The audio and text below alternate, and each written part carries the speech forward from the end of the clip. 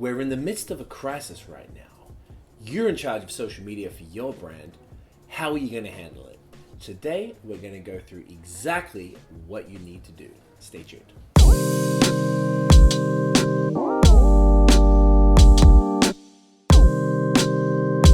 What's up, guys? Welcome back to our channel. If you are new here, we are High Season, a social media agency that helps marketers, business owners, and entrepreneurs step their social media game up and break the algorithm.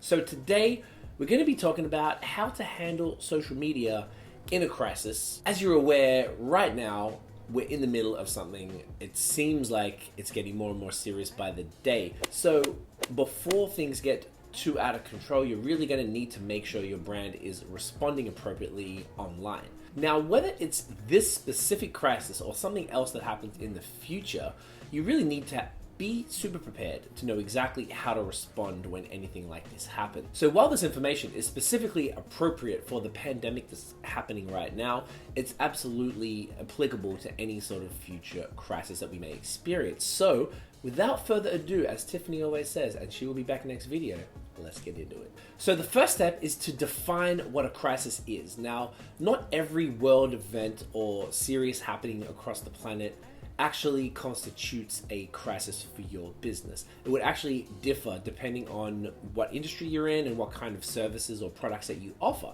So the very first step is to look at what's happening and then determine within your team internally whether it requires a crisis level response from your business. So for example, if you're a business that brings a bunch of people into one physical location together, so if you're a restaurant, a bar, a concert venue, a bus company, an airline or airport, this current pandemic that we're experiencing is going to be something that you need to be aware of and that you're going to need to handle publicly. So depending on what kind of crisis it is, you might need to wait on official word from any sort of authorities who are handling the situation before you go and speak on it on social, because like, for example, what's happening now, it's quite intense. It's changing almost day to day. So if you went and spoke on it, say 2 weeks ago compared to now, it would be a completely different response.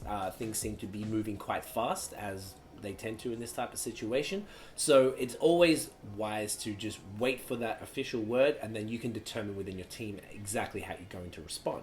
So don't rush into anything. Wait for the official word, and then you can work with your team internally to formulate an official response. Now, this will make it a lot easier when you roll out the message, and then you can determine your entire process and the step-by-step action plan that you're going to do to make sure that your customers or potential customers and followers are aware of exactly how your company plans to handle the situation. Okay, the next step in how to handle social media in a crisis is to pause any scheduled posts. Now, this is an important one.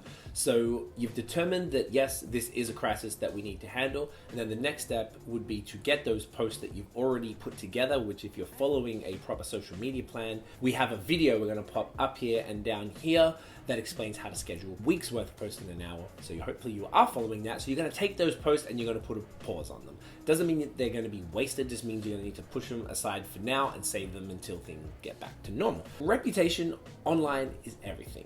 If you go ahead and post something that might come across as insensitive because it was prepared before the crisis happened, it's really going to reflect poorly on your brand. For example, when we first had one of our clients about 5 years ago, it was actually quite a while ago, and we just got them, there was an attack in Paris. And we had a scheduled post that was going out really closely to the attack that said, Paris is always a good idea. Now, you can imagine if we let that post go out, it would have been terrible for the brand. So we made sure immediately that any Paris-related content, we completely took that down. We met with the client and then determined how we're going to handle any Paris-related posts moving forward. It was super important to do that. One, to show the client that we were on top of everything and we understood the ramifications of what that would mean if that post did go out. And two, if it did go out, it could actually cause irreversible damage to the brand. Like, think about it. If you always remember a brand who said, hey, go to Paris, it's a good idea, right after there was an attack. It's something that will stick in people's heads. And whilst the kind of goldfish memory span of humanity right now, because of things like social media and the fast-paced release of information across the world, it would still kind of resonate, and I think that bad taste would linger in people's mouths, and it's not something that you want to do, and it's not worth taking the risk. So make sure you pause all your posts. So once you've determined that it is a crisis, you've met with your team, you've paused all your posts, Now, you would have actually come up with an actual step-by-step plan and how you're going to respond to the crisis. And it's time to let your followers and the general public at large know exactly how that's going to go down. Now, this is super important. This is the information that people are waiting for. The sooner you can get that out to them, the better. Of course, all depending on any word from the authorities. Maybe there's a delay, maybe things change day by day, but once there's a bit of stability in the messaging from anyone who's handling the situation officially, then you can let that go out and make sure that people are aware. One really fantastic example we saw of this was actually this week. An airline sent out an email newsletter letting customers know that they could actually rebook for free with no additional fees, which typically would come with rebooking a flight, for the next 12 months, which was pretty cool of them. And then secondly, they broke down all of the cleanliness steps and the things that they're doing and changing to make sure their aircraft is as clean and as disease-free as possible.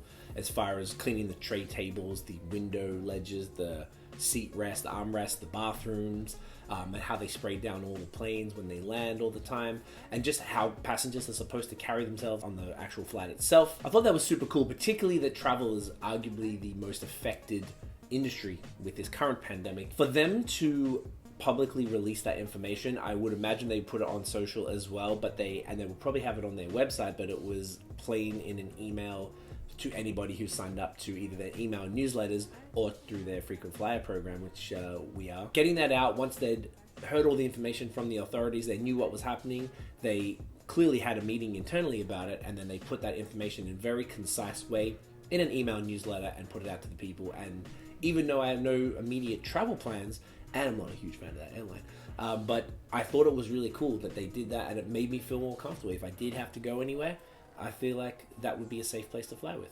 All right, guys, the next step in how to handle social media in a crisis is to share frequent updates and resources. So during any sort of crisis, information would be rolling through at quite a high pace. So one way to keep your customers and followers up to date on everything is to share that information with them, whether it's sharing official links from authorities or governments or anything like that, or actually putting together blog posts explaining the new updates and sharing that internally and natively via your own website. That's just such a key way. When people see that consistency, that transparency with providing that information, they're going to trust your brand more, and they're going to stay tuned more, and they're going to remember that after the crisis is over. And this is really what it comes down to. How you handle yourself during a crisis like this is really going to affect how people perceive you after the fact. And once the crisis inevitably passes, whether they're going to come back to you for repeat business or at all, whether it's how you handled it, if they wanted to cancel something or change something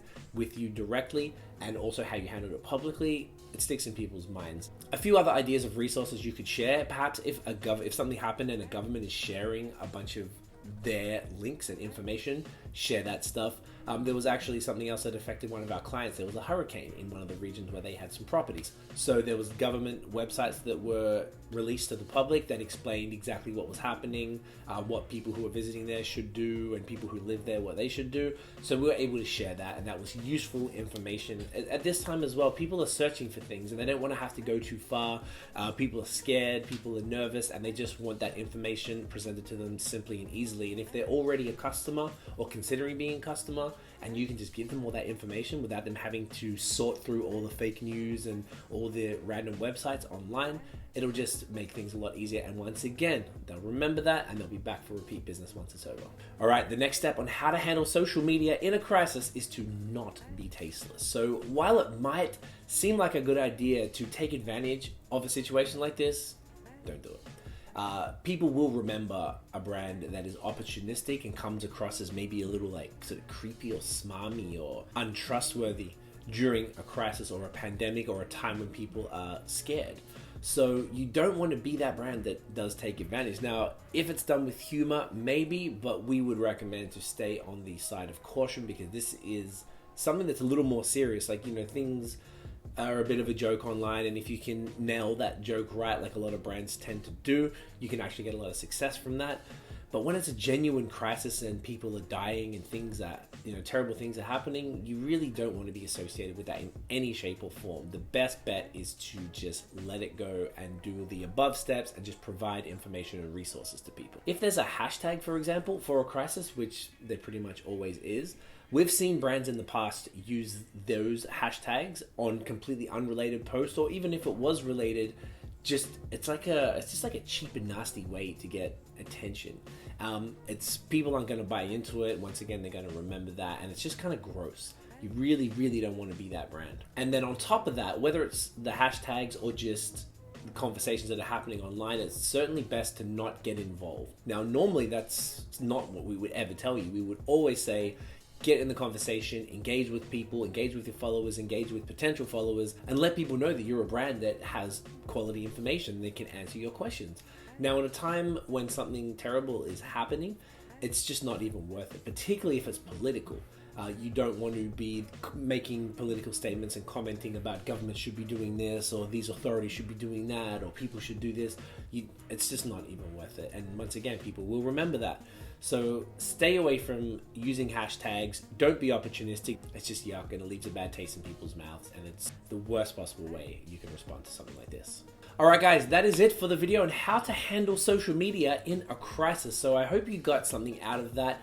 If you did, please let us know in the comments below. We'd love to hear from you. It's always a pleasure. And make sure you hit that like button as well if you enjoyed it.